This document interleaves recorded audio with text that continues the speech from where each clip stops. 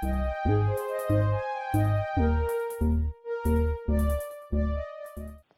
To our YouTube channel physical education with Nikhil. आज की इस वीडियो में मैं आपको अपने ईयर्स को हेल्दी रखने के 10 सुझाव दूंगा। अपने ईयर्स को हाइजीन रखना हमारे लिए बहुत ज़रूरी है।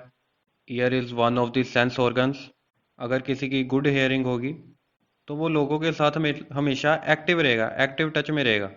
इसके अलावा अगर किसी की हेयरिंग पुअर है तो वो ऑटोमेटिकली पैसिव हो जाएगा, सभी उसको डल समझेंगे और वो इमोशनली डिस्टर्ब्ड रहेगा हमेशा। हमारे जो कान हैं वो बहुत ही सेंसिटिव ऑर्गन होते हैं, इसलिए बचपन से ही हमें कुछ प्रिकॉशंस करनी चाहिए ताकि हम हमेशा अपने कानों को हेल्दी रख सकें। आगे मैं आपको 10 ऐसे प्रिकॉशंस टिप दूंगा जिससे आप लाइफ टाइम अपने ईयर्स को हेल्दी रख सकते हैं।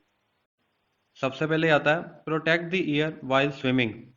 स्विमिंग या डाइविंग जैसी एक्टिविटीज़ करते समय अपने ईयर्स को बचा कर रखना चाहिए। इसके लिए एक टूल आता है जिसको ईयर प्लग्स कहते हैं। इसे आप अपने कानों में लगाकर पानी अंदर जाने से रोक सकते हैं। इसके बाद आता है do not put any sharp thing into the years. इसके बारे में हमें बचपन से ही बताया जाता है कि कानों में कोई भी तीखी या नुकीली चीज़ नहीं डालनी चाहिए, क्योंकि इससे कान के जो पर्दे हैं उनके फटने का खतरा होता है। आगे थर्ड टिप है do not expose ears to loud noise. ज़्यादा आवाज़ से कानों को बचा कर रखें।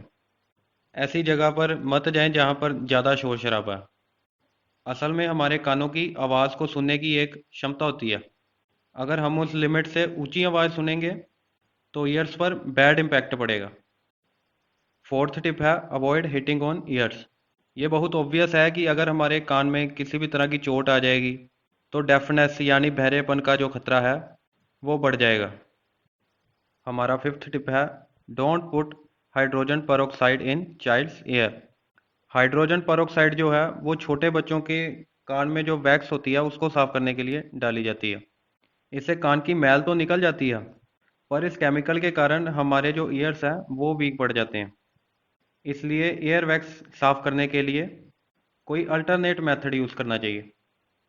इसके बाद हमारा सिक्स्थ टिप है डोंट निगलेक्ट कोल्ड और कफ।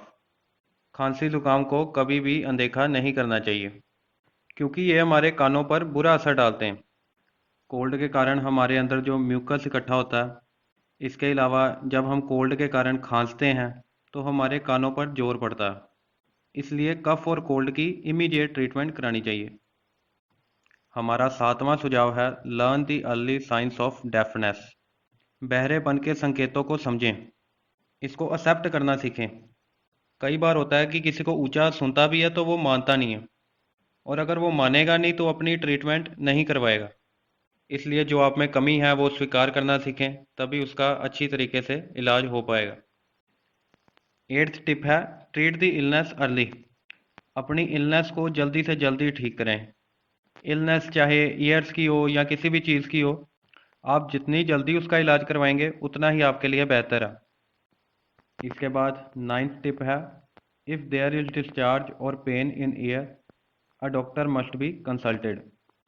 अगर आपके कान में से किसी भी तरीके का डिस्चार्ज हो रहा है, वो डिस्चार्ज ब्लड का भी हो सकता है या फिर कोई लिक्विड भी हो सकता है, तो उसको नज़रअंदाज मत करें, अपने नज़दीकी डॉक्टर से तुरंत सलाह लें।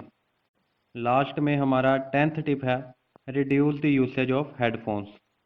हेडफोन्स या ईयरफोन्स की यूसेज कम से कम करें।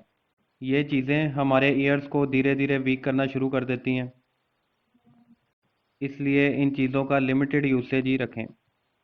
तो आज की इस वीडियो में हमने अपने ईयर्स की केयर के टिप्स के बारे में पढ़ा।